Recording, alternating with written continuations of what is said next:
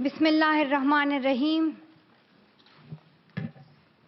In the name of God, the most beneficent, the most merciful. Honorable UN Secretary General, Mr. Ban Ki-moon, respected President General Assembly, Vok Yaramich, Honorable UN Envoy for Global Education, Mr. Gordon Brown, respected elders, and my dear brothers and sisters, Assalamu alaikum. Thank you. Today, it is an honor for me to be speaking again after a long time.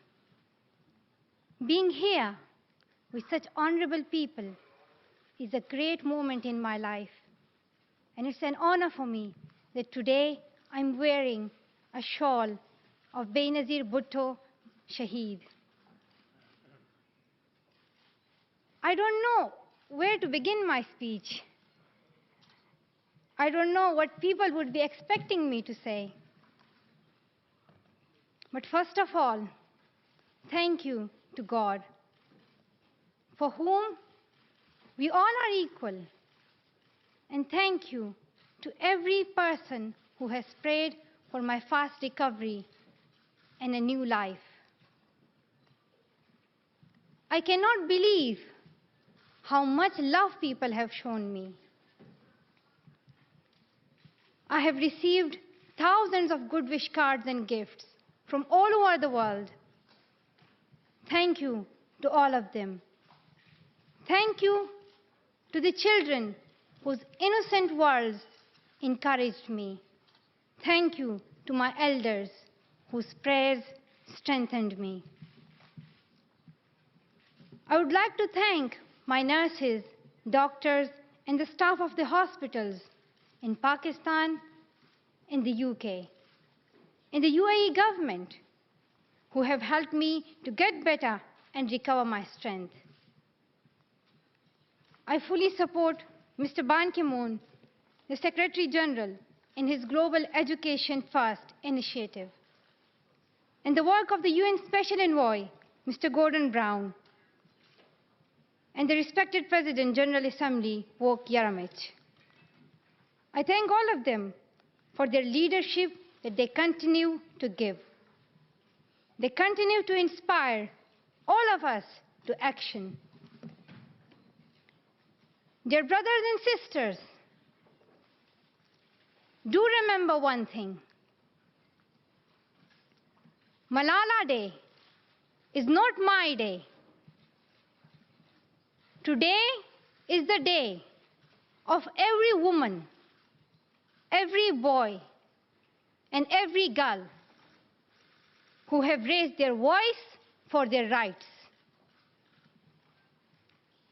There are hundreds of human rights activists and social workers who are not only speaking for their rights, but who are struggling to achieve their goal of peace, education, and equality. Thousands of people have been killed by the terrorists, and millions have been injured. I'm just one of them. So here I stand. One girl among many. I speak not for myself, but for those without voice can be heard. Those who have fought for their rights. Their right to live in peace. Their right to be treated with dignity. Their right to equality of opportunity. Their right to be educated. Dear friends, on the 9th of October 2012, the Taliban shot me on the left side of my forehead. They shot my friends too. They thought that the bullet would silence us. But they failed. And out of that silence came thousands of voices. The terrorists thought that they would change my aims and stop my ambitions. But nothing changed in my life except this. Weakness, fear, and hopelessness died. Strength, power, and courage was born.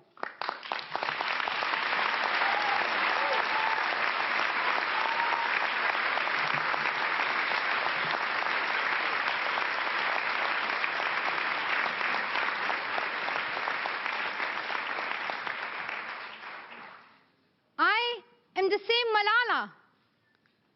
My ambitions are the same. My hopes are the same.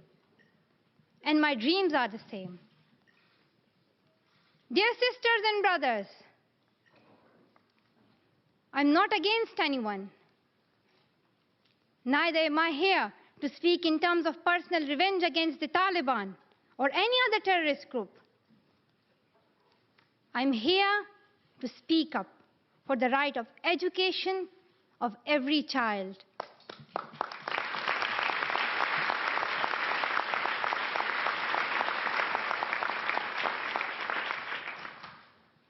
I want education for the sons and daughters of the Taliban and all the terrorists and extremists. I do not even hate the Talib who shot me. Even if there is a gun in my hand and he stands in front of me, I would not shoot him. This is the compassion that I have learned from Muhammad, the Prophet of Mercy, and Jesus Christ and Lord Buddha. This is the legacy of change that I have inherited from Martin Luther King, Nelson Mandela, and Muhammad Ali Jinnah. This is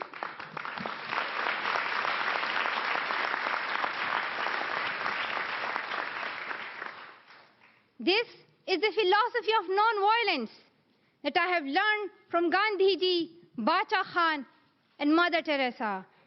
And this is the forgiveness that I have learned from my father and from my mother.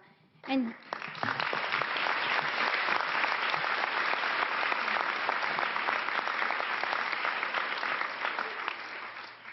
this is what my soul is telling me. Be peaceful and love everyone. Dear sisters and brothers, we realize the importance of light when we see darkness. We realize the importance of our voice when we are silenced. In the same way, when we were in Swat, the north of Pakistan, we realized the importance of pens and books when we saw the guns. The wise saying, the pen is mightier than sword, was true. The extremists were and they are afraid of books and pens. The power of education frightens them. They are afraid of women. The power of the voice of women frightens them. And that is why they killed 14 innocent students in the recent attack in Quetta. And that is why they killed female teachers and polio workers in Khyber Pakhtunkhwa. That is why they're blasting schools every day, because they were and they are afraid of change, afraid of equality that we will bring into our society. And I remember that there was a boy in our school who was asked by a journalist, why are the Taliban against education? He answered very simply by pointing to his book. He said, a Talib doesn't know what is written inside this book.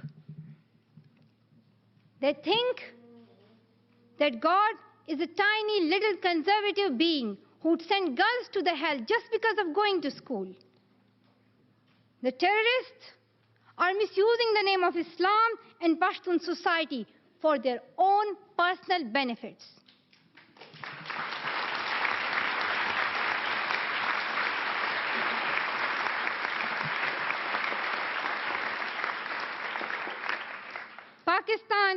is a peace-loving democratic country.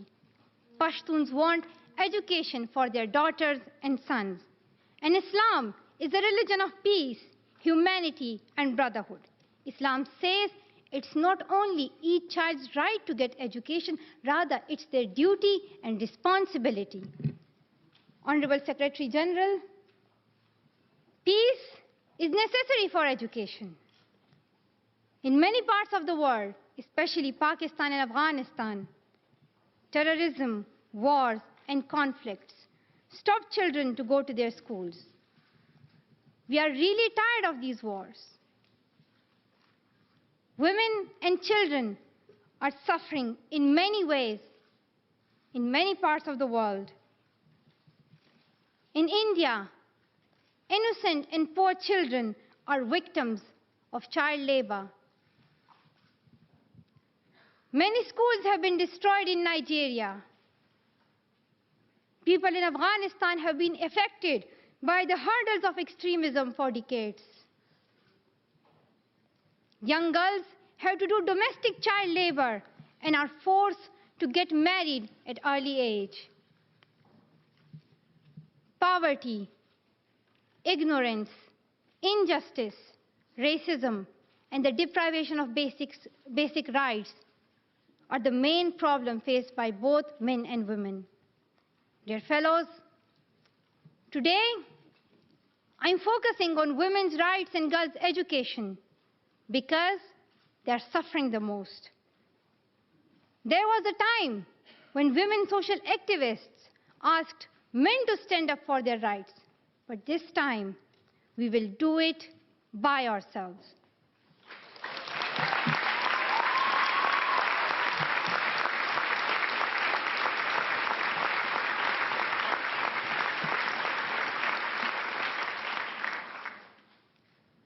I'm not telling men to step away from speaking for women's rights. Rather, I'm focusing on women to be independent, to fight for themselves.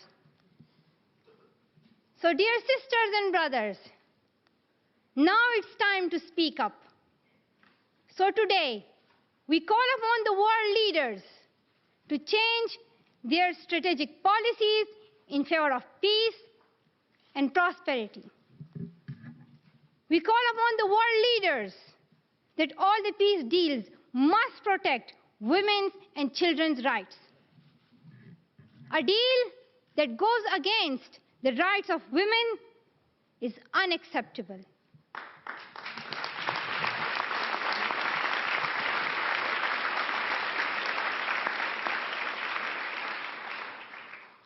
We call upon all governments to ensure free, compulsory education all over the world for every child.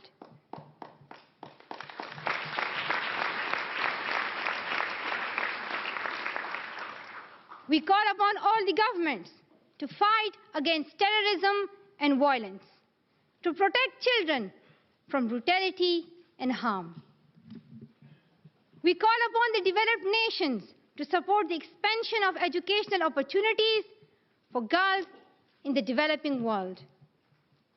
We call upon all the communities to be tolerant,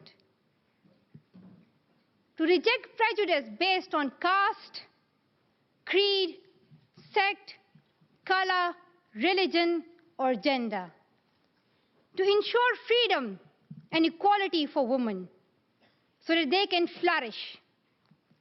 We cannot all succeed when half of us are held back. We call upon our sisters around the world to be brave, to embrace the strength within themselves and realize their full potential. Dear brothers and sisters, we want schools and education for every child's bright future. We will continue our journey to our destination of peace and education. No one can stop us. We will speak up for our rights, and we will bring change through our voice. We believe in the power and the strength of our words. Our words can change the whole world because we are all together, united for the cause of education. And if we want to achieve our goal, then let us empower ourselves with the weapon of knowledge. And let us shield ourselves with unity and togetherness. Dear brothers and sisters, we must not forget that millions of people are suffering from poverty, injustice, and ignorance. We must not forget that millions of children are out of their schools. We must not forget that our sisters and brothers are waiting for a bright, peaceful future. So let us wage a global struggle against illiteracy, poverty, and terrorism. Let us pick up our books and our pens. They are our most powerful weapons. One child, one teacher, one book, and one pen can change the world. Education is the only solution. Education first.